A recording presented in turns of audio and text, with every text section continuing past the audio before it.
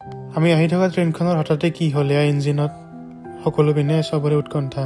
Hello' good morning, welcome to another video'. ভালে আছে নিশ্চয় আপুনি। আজি গৈ আছোঁ তেজপুৰ কিয় গৈ আছোঁ, কাৰ লগত গৈ আছোঁ চব গম পাব। এইবিলাক চব আমাৰ তেজপুৰলৈকে যোৱা যাত্ৰী। এইটো হৈছে জেঠী, এই জেঠী, এয়া বাইদেউ, এয়া জেঠা। এতিয়া আমি আহি ৰঙাপাৰাত পালোঁ আৰু তেজপুৰলৈ যাবলৈ ৰঙাপাৰাত ইঞ্জিন চেঞ্জ কৰে, তাত অলপ সময় লাগে। এতিয়া মানে চবেই নেদেখা মানুহৰ দৰে ইঞ্জিন চেঞ্জ কৰে চাই আছে। আৰু এইপিনে দেখিছেনে নাই, চাধা মেইন। আৰু ইয়াত নামিলোঁ আমি ৰাতি 3:50 ৰঙিয়াৰ পৰা আহিছিলোঁ। আহি পেলাই আমি ৰাতি ডেকাৰগাঁও ষ্টেচন পাইছোঁ 9:09 মানত। এতিয়া গোটেই পালটো গৈ আছোঁ। কিয় গৈ আছোঁ গম পায়? ৰভা দেখি আপুনি নিশ্চয় গম পাইছে। কি অনুমান কৰকচোন, বিয়া নে কি? এয়া হৈছে ৰাতিৰ আঞ্জা কাটি আছে।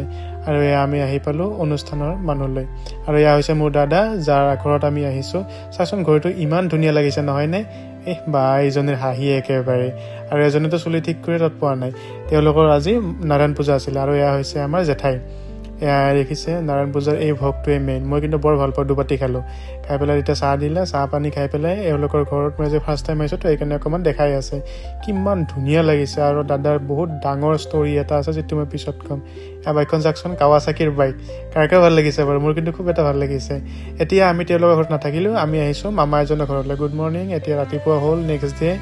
এতিয়া সোনকালে গা পা ধুই মেলি পেলাই যোৱাৰহে কথা অনুষ্ঠানলৈ। এয়া মই এটা গিফ্ট এটা পেক কৰি ল'লোঁ।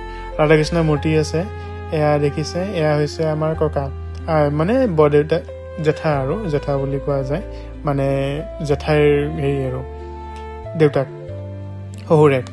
আৰু এয়া হৈছে আমাৰ সম্পৰ্কীয় ভতিজাৰ ল'ৰা এটাৰ উপনয়ন আছিলে। আৰু এয়া যে সেৱা কৰিছে তেওঁ হৈছে মোৰ বৌ।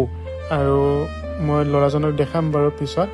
এইজন যে দেখিছে, এইজনে হৈছে ব্ৰহ্মচাৰীজন। তেওঁক মই বাৰু হেৰি কৰিলোঁ, তেওঁ খুব ভাল পাইছে আমি হোৱাৰ কাৰণে। এয়া এতিয়া নোৱা পৰ্ব। আমি বেছি দেৰি থকা নাই বাৰু ইয়াতে, কাৰণ আকৌ মই উভতি আহিব লাগিবতো। সেইকাৰণে তাত গৈ পেলাই এতিয়া মই সোনকালে আবেলি হ'ল।